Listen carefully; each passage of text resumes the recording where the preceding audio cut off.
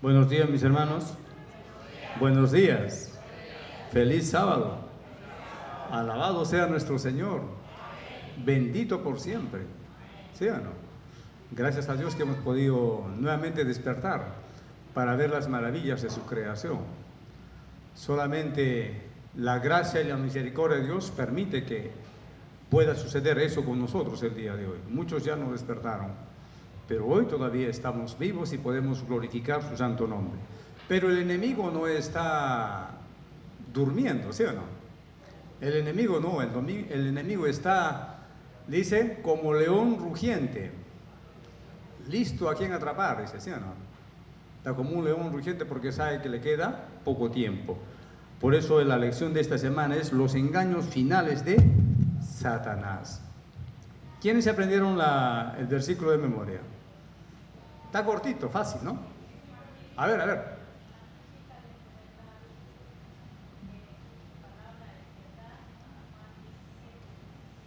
Muy bien, mi hermana Carmen. ¿Otra vez? Fuerte.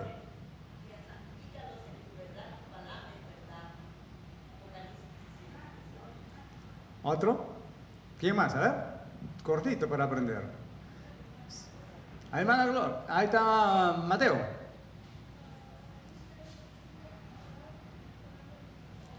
Santifícalos en la verdad, tu palabra es verdad. Así que, mis hermanos, si nosotros leemos todos los días la palabra de Dios, estamos creyendo en la verdadera palabra del Señor, ¿no? Que nos va a dar más iluminación, nos va a dar más entendimiento para que nosotros podamos entender más la verdadera misión que Dios tiene con cada uno de nosotros. Dios no nos quiere ver muertos a ninguno de nosotros por la eternidad. La paga del pecado es muerte, sabemos. Tarde o temprano vamos a morir si es que Dios todavía no viene, ¿no? Pero hay una esperanza bendita, que cuando esté muerto bajo tierra, dice que cuando Jesús venga, dice que yo podré ver y levantarme de entre los muertos para recibir a nuestro Salvador. Por eso tenemos que estar siempre arraigados de la palabra de nuestro Señor. Pero sin embargo el enemigo no anda solo, ¿sí o no? El enemigo anda con la tercera parte de los ángeles que han sido expulsados del cielo. Y Él nos anda susurrando a cada instante a nuestro pensamiento, a nuestra mente, a nuestras manos, a nuestros ojos, a nuestro gusto, a todo. El enemigo no haya cómo atacarnos, mis hermanos. Por eso viene a ser en estos tiempos finales los engaños finales de Satanás. Babilonia ya no existe, pero viene ahora la Babilonia espiritual, grande, que simboliza en un sentido especial, dice, las religiones apóstatas que se han juntado, ¿para quiénes? Para perseguir a los hijos de Dios. ¿Quiénes son los hijos de Dios? Aquellos que guardan los mandamientos de Dios y tienen el testimonio de Jesús. ¿Quiénes guardan los mandamientos de Dios? Dice, son aquellos sus hijos verdaderos. Pero no solamente eso, sino que dice que Dios también tiene otro pueblo y muchedumbres, dice, en otras iglesias, ¿no? Que todavía no han sido abiertas sus mentes, su entendimiento, a pesar que ellos dice que leen la palabra de Dios, pero dice que su entendimiento todavía no les ha llegado a reconocer al verdadero Salvador y Creador del mundo. Por eso adoran en día domingo, ¿no?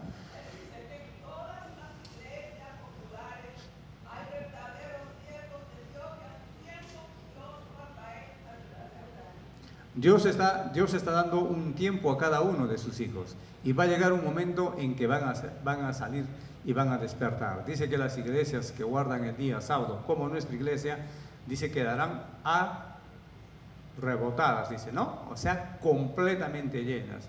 Dice que si estaremos preparados nosotros para recibir tanta gente que estén afuera, que en un abrir y cerrar de ojos, dice que entenderán la palabra de Dios. Eso lo dice nuestra hermana Elena de Guay.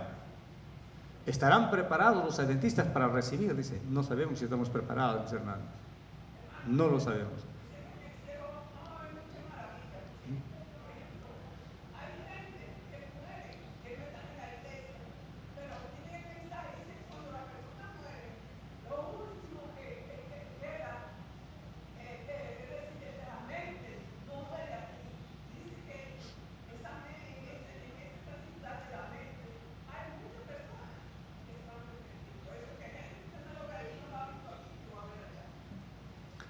va a haber muchas sorpresas en el cielo, mis hermanos.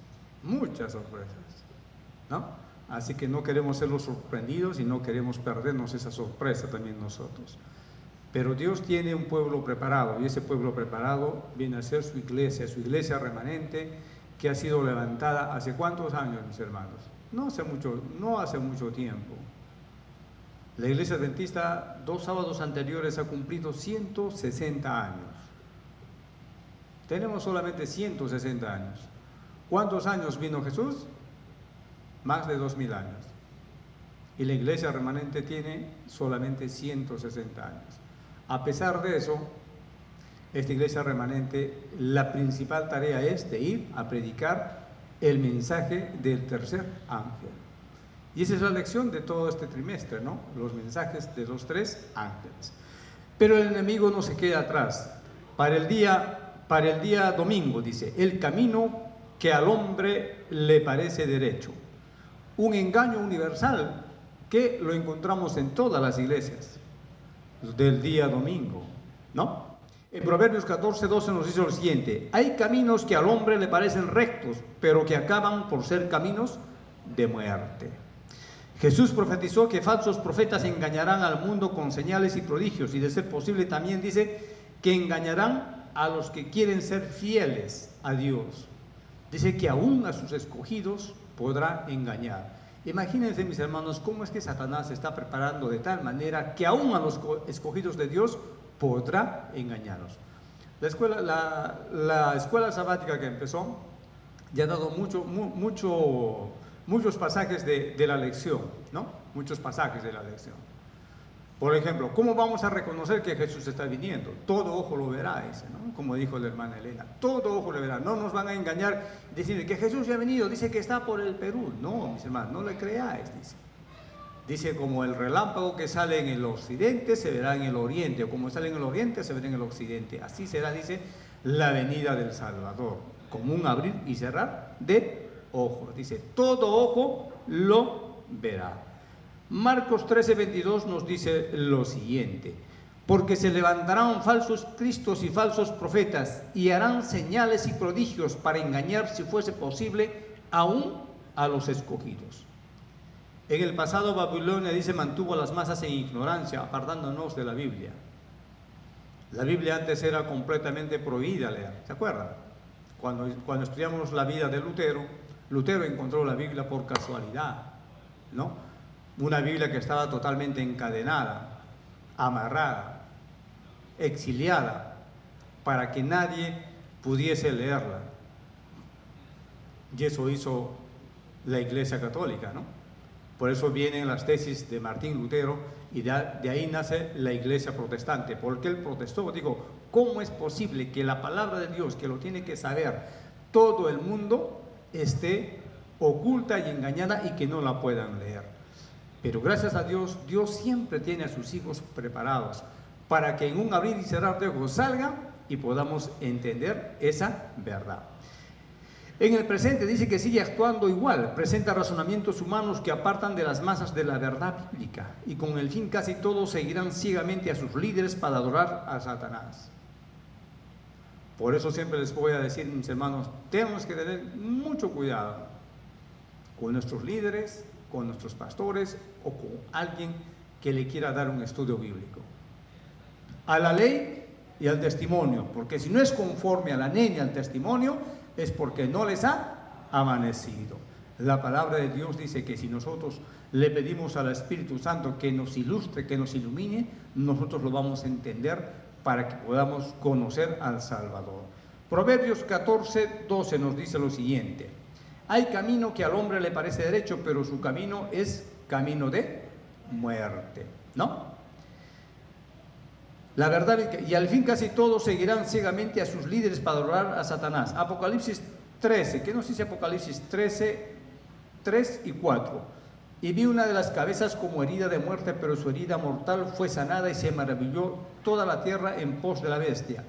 Y el 4 dice: y adoraron al dragón que había dado autoridad a la bestia, y adoraron a la bestia diciendo: ¿quién como la bestia y quién podrá luchar contra ella?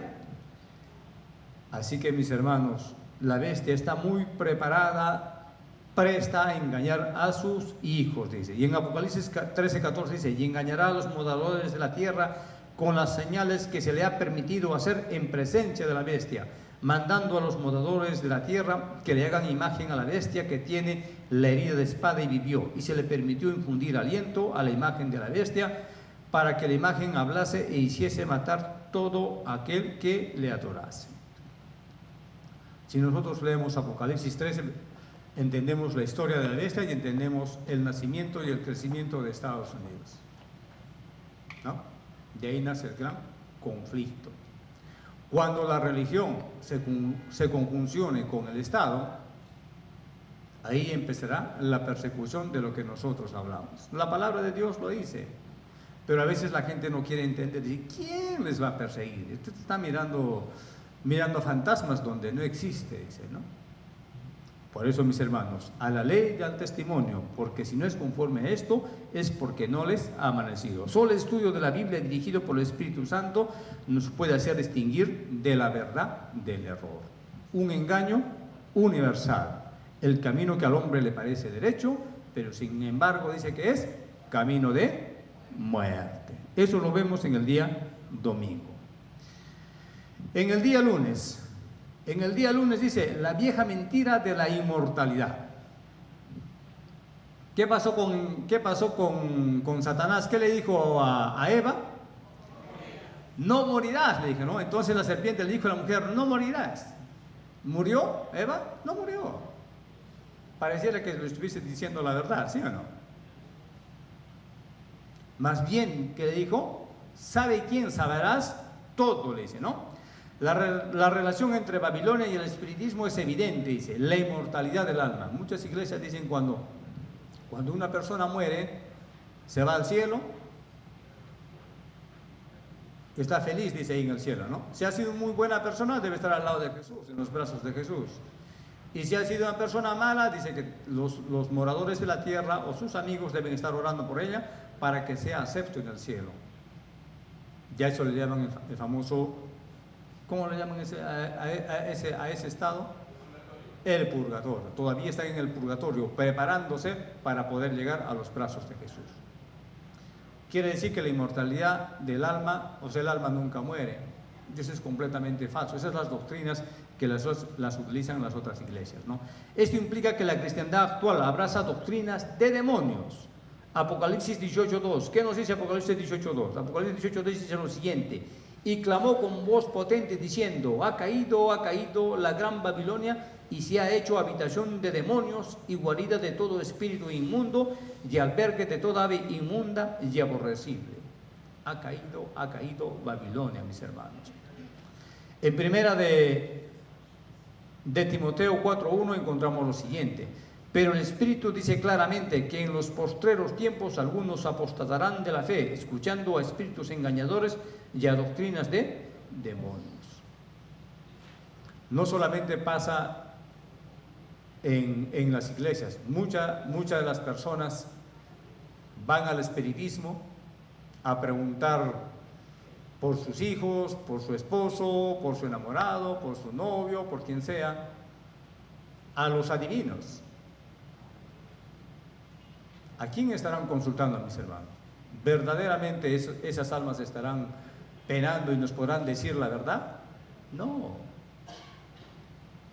¿Quién sabe nuestro pasado? Dios. Además de Dios, ¿quién más sabe nuestro pasado? Dios sabe el pasado, el presente y el futuro de cada ser humano. Pero el enemigo solamente sabe el pasado y sabe el presente para atrás, no para adelante. El enemigo no sabe lo que yo estoy pensando, lo que voy a hacer más tarde. Pero Dios sí sabe lo que yo estoy pensando, lo que voy a hacer más tarde. Entonces el enemigo se agarra de tu pasado y sabe tus debilidades para poderte tomar y decirte, eso es lo que te va a suceder. Y eso es lo que pasa con los medios, las brujas, los brujos, quienes andan averiguando la vida, qué es lo que pasó contigo. Y mucha gente creyente cae en eso, mis hermanos. Cae en eso y dicen, no, yo hablé con mi padre, yo hablé con mi madre, está en el cielo, dice que está bien. No, mis hermanos, eso viene a ser la inmortalidad del alma. Entonces la serpiente dijo a la mujer: no moriréis. La más arraigada es aquella que enseña que, como dijo Satanás a Eva, la persona no muere, es inmortal. Si has aceptado a Jesús como Salvador, vas directamente al cielo a morir. Si no, te vayas al infierno o vagues en un espíritu esperando una nueva oportunidad, ¿no? La inmortalidad natural del alma, dice, contradice directamente la palabra de Dios, que enseña que la muerte es como un sueño. Cuando nosotros nos morimos, dice que vamos a descansar. Nuestro cuerpo va a descansar. El aliento que Dios le dio, dice, vuelve a Dios, y el cuerpo va a la tierra del que fue tomado. Cuando Dios hizo al hombre, ¿cómo lo hizo al hombre? Lo hizo, dice, de la mejor tierra que hubo, ¿no? Hizo del polvo, dice, ¿no? Y con su propia mano nos moldeó. Lo hizo sus bracitos, sus piecitos, sus ojitos, orejitas. De repente la naricita la habrá agarrado un poquito más acá para que sea más simpático. Y agarró su nariz y dice, le dio un soplo, un aliento de vida, y era un ser viviente. Cuando una persona muere, ya se hace inerta. Va al polvo del que fue tomado, y el aliento de Dios dice que vuelve a quien le dio. Entonces, no hay que el cielo que está vagando, que está divagando, todas esas cosas, mis hermanos. La inmortalidad natural del alma contradice directamente lo que dice la Biblia. Muerte es como un sueño del que despertaremos en la resurrección. Eclesiastés 9:5 nos dice lo siguiente: porque los que viven saben que han de morir, pero los muertos nada saben, ni tienen más paga, porque su memoria es puesta en el olvido. En Salmos 115:17 nos dice lo siguiente: ¿no alabarán los muertos a Jehová? ¿Cuántos descienden al silencio? No, el muerto es inerte, no sabe nada, no tiene espíritu, no tiene nada, es polvo y nada más. Pero cuando Jesús venga, dice por segunda vez, dice que sus hijos, Dios es Dios, no sabemos cómo los va a juntar. Pablo dice que en un abrir y cerrar de ojos, dice que seremos transformados y seremos elevados, dice, no del suelo hacia las nubes, porque Dios no va a poder pisar el suelo, porque está totalmente contaminado. Ya cuando Jesús venga, ya viene glorificado, dice, ¿no? Ya viene a rescatar a su pueblo. Y dice, los muertos en Cristo resucitarán primero, verán y despertarán, dice, ¿no? A su Salvador. Y Pablo está diciendo ahí, y nosotros que estamos vivos, dice, seremos transformados en un abrir y cerrar de ojos, y seremos arrebatados para recibir en las nubes al Salvador. Qué grande felicidad y qué gran dicha va a ser ese día, mis hermanos. Y ese día no está muy lejano, ese día está muy cerca. Jesús viene por segunda vez a rescatar a su pueblo. Va a venir, y va a venir con poder y gloria. Apocalipsis 25:6 nos dice lo siguiente: pero los otros muertos no volvieron a vivir hasta que se cumplieron 1000 años. Esta es la primera resurrección. Y Apocalipsis 26 nos dice: bienaventurado y santo el que tiene parte en la primera resurrección. La segunda muerte no tiene potestad sobre esto, sino que serán sacerdotes de Dios y de Cristo, y reinarán con él 1000 años. ¿Dónde reinaremos con él 1000 años? En el cielo, dice, ¿no? 1000 años conociendo otros mundos. Nos va a estar enseñando cómo es que Dios hizo la creación, cómo hizo al hombre, cómo hizo los animales. Y dice que nosotros vamos a volver a ver cómo es que Dios hizo la creación de toda la humanidad. Y eso se llama la recreación. 1000 años en el cielo, felices y gozosos. Y después de 1000 años dice que vendremos a posarnos con la nueva Jerusalén en la tierra. Y qué privilegio del ser humano, mis hermanos. Qué corona tendremos nosotros, que Dios nos adora y nos quiere y tanto. Que Jesús va a estar conjuntamente, dice, viviendo por toda la eternidad. O sea, qué privilegio tendremos, hermanos. ¿Será que Dios nos ha hecho con sus propias manos y tiene un amor especial por cada uno de nosotros? Pónganse a pensar cómo es que Dios se desprendió de su propio Hijo para morir en la cruz del Calvario y para que pueda pagar la pena de muerte de cada uno de nosotros. Tenemos un Dios maravilloso, tenemos un Dios increíble, ¿no? Un Dios increíble que está presto a salvar tu vida. No lo conoces a Él, pero te está dando el tiempo para que tú le reconozco como su Salvador. Ese es el Dios que tenemos y al que todos los sábados y todos los días adoramos, mis hermanos. Vamos a irnos al día martes. Babilonia, el centro del culto al sol. Cuando hablamos de culto ya estamos hablando de un falso día de reposo, ¿verdad? Cuando hablamos del culto ya estamos hablando de un falso día de reposo. Muchos hermanos de otras iglesias dicen, no, pero ¿cuál es el problema que yo pueda adorar en lunes, en martes, en miércoles, en jueves, en viernes? Total, estoy adorando todos los días. No, mis hermanos. Ezequiel 8:16 dice, y me llevó al atrio de adentro de la casa de Jehová, y aquí junto a la entrada del templo de Jehová, entre la entrada y el altar, como 25 varones, sus espaldas vueltas al templo de Jehová y sus rostros hacia el oriente, y adoraban al sol, postrándose hacia el oriente. ¿Qué pasó con el pueblo judío? Dice que el pueblo judío se había contaminado con la adoración practicada por Babilonia y muchos otros pueblos de la antigüedad, ¿no? Ya empezaban a adorar al sol, no adoraban al creador del sol. ¿Nosotros a quién adoramos? ¿Al sol o al creador del sol? Nosotros adoramos al creador del sol, al Dios bendito que nos ha dado la vida, ¿sí o no? Aunque la iglesia nunca adoró abiertamente, dice, al sol, comenzó a adorar el día en que Roma adoraba al venerable día del sol. Eso fue un edicto en el año 321 de Constantino. Algunos idiomas en inglés, algunos idiomas como en el inglés todavía dice Sunday, ¿no? El día del sol. En cambio, el día de oración no ha sido cuestionado desde entonces por la cristiandad, a pesar de no tener apoyo bíblico alguno. Yo en el trabajo que tengo hay muchas personas que son cristianas, ¿no? Y siempre me invitan que vaya a su iglesia el día domingo.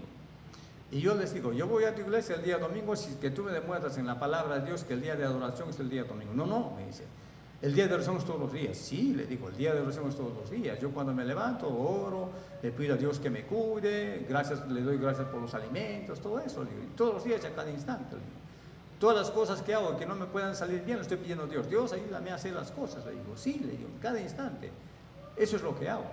Pero Dios tiene un día especial, le digo, un día especial. No un día cualquiera, un día que fue apartado. No, pues eso ya pasó. Usted parece judío, me dice, que como yo trabajo en una escuela donde la escuela está en una sinagoga, ¿no? Y los dueños son judíos, ¿no? Usted ya parece judío, me dice. No, le digo, yo guardo el sábado no porque sea judío, ¿no? Yo guardo el sábado porque Dios lo dice en su palabra, ¿no? El séptimo día dice, ¿no? Y usted me dice que la ley ya pasó para el pasado. Le digo, o sea que yo puedo robar, yo puedo mentir, puedo matar. No, me dice. Entonces, ¿cómo es posible que usted me dice que el día sábado no es el séptimo día de adoración y yo no puedo matar? Entonces, en una parte usted quiere reconocer los 10 mandamientos y en una parte no. Entonces, eso es lo que pasa a veces, ¿no? A eso es lo que pasa y nos dice, no, cualquier día es un día de adoración. En cambio, dice que el día de oración verdadero es aquel día en que Dios lo apartó. No para Él, sino dice para que nosotros reconozcamos que tenemos un Creador. Por eso siempre el día sábado es un pequeño espacio de tiempo eterno en la tierra que nos ha dado Dios. Para que en este espacio de tiempo eterno que Dios nos ha dado, dice que vengamos a tu templo y reconozcamos que tenemos a un Salvador que está presto a escuchar nuestros auxilios, escuchar nuestras palabras que queremos saber con Él. Todos los días pecamos. Nadie puede decir, levantar la mano, yo hoy día no pequé, no hice nada, no. Dice que todos los días pecamos. Pero tan grande es la misericordia de Dios que está presto, dice, a estirar su mano y salvarnos. Falso día de reposo es lo que el enemigo hace, ¿no? ¿Cómo nos cuidamos de este falso día? El verdadero día de reposo que vendría a ser, dice, el día sábado. Vamos a ver miércoles, un llamado a la fidelidad.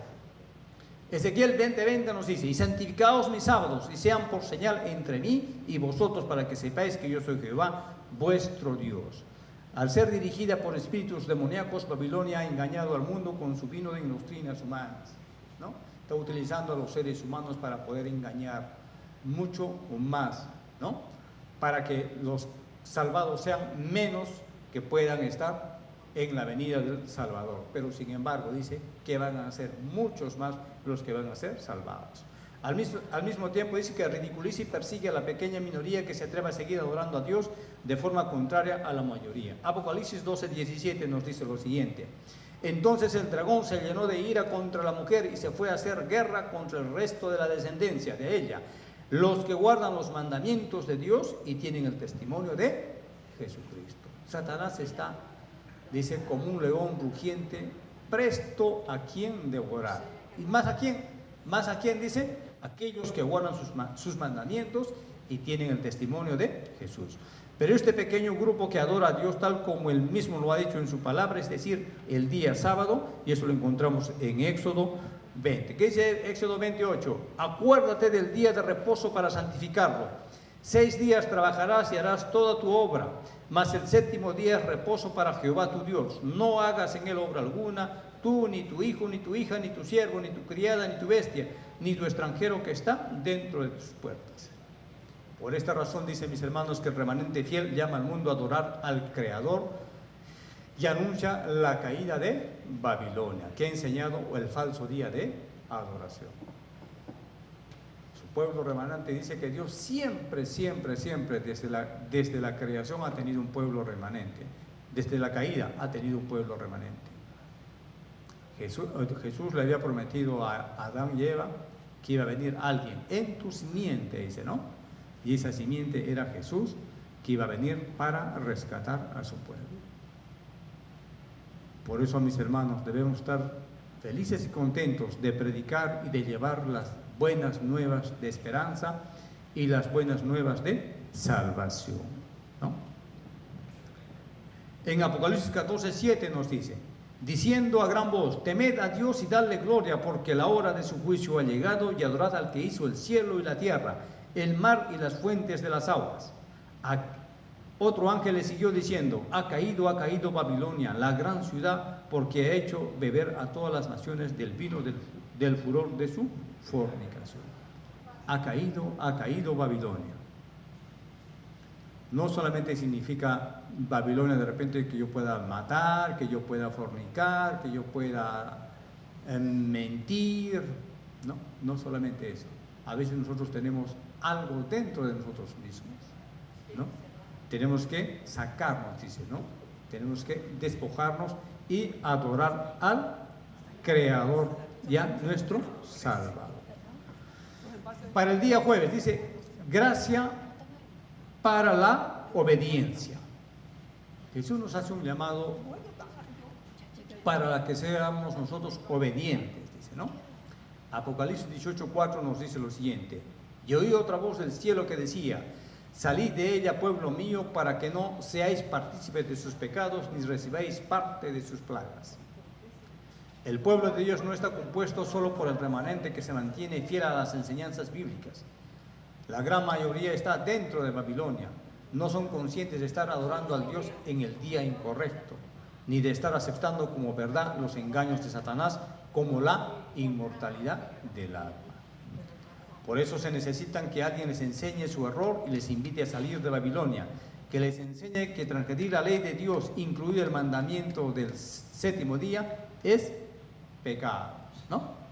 ¿Qué nos dice? A ver, Primera de Juan 3:4 dice, todo aquel que comete pecado infringe también la ley, pues el pecado es infracción de la ley. Y Santiago 2:10 nos dice, porque cualquiera que guardan toda la ley, pero ofendiere en un punto, se hace culpable de todos. Y el 11 dice, porque el que dijo, no cometerás adulterio, también ha dicho, no matarás. Ahora bien, si no cometes adulterio, pero matas, ya te has hecho transgresor de la ley.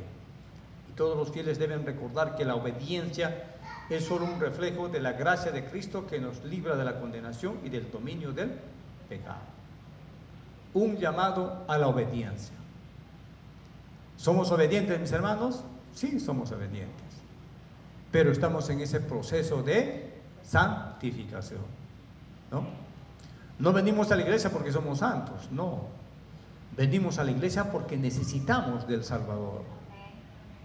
Venimos a la iglesia porque queremos ser salvos y vivir algún día con Él. pero no tan lejano, sino un día próximo. Por eso yo vengo a la iglesia, por eso usted viene a la iglesia, por eso traigo a mi esposa, por eso traigo a mis hijos. Debemos sentirnos gozosos y felices, y ese llamado es a la obediencia. Ser obedientes, porque en su palabra dice, los obedientes me seguirán a donde yo vaya. Es lo que dice Jesús, ¿no? Y para concluir, nuestra hermana Elena del Guay, en Mensajes Selectos, en el tomo 2, página 77, dice lo siguiente: el vino de Babilonia consiste en la exaltación del falso día de reposo sobre el sábado, que el Señor Jehová ha bendecido y santificado para uso del hombre, y también es la creencia en la inmortalidad del alma. Estas herejías emparentadas y el rechazo de la verdad convierten a la iglesia en Babilonia. Reyes, comerciantes, dirigentes y maestros religiosos están todos en corrompida armonía. Todos aquellos miembros cristianos que guardan sus mandamientos y tienen el testimonio de Jesús tienen que estar completamente seguros que están adorando y alabando al verdadero creador del mundo. Así que, mis hermanos, sigamos en ese camino, en el camino de la verdad. Dios nos da dos caminos, el camino ancho y el camino angosto. Escojamos el camino angosto para seguir al Salvador del mundo por donde Él vaya, por donde Él nos quiera llevar. Alabado y bendecido sea su nombre en esta mañana, y eso sí, la lección de esta semana. Gracias, mis hermanos.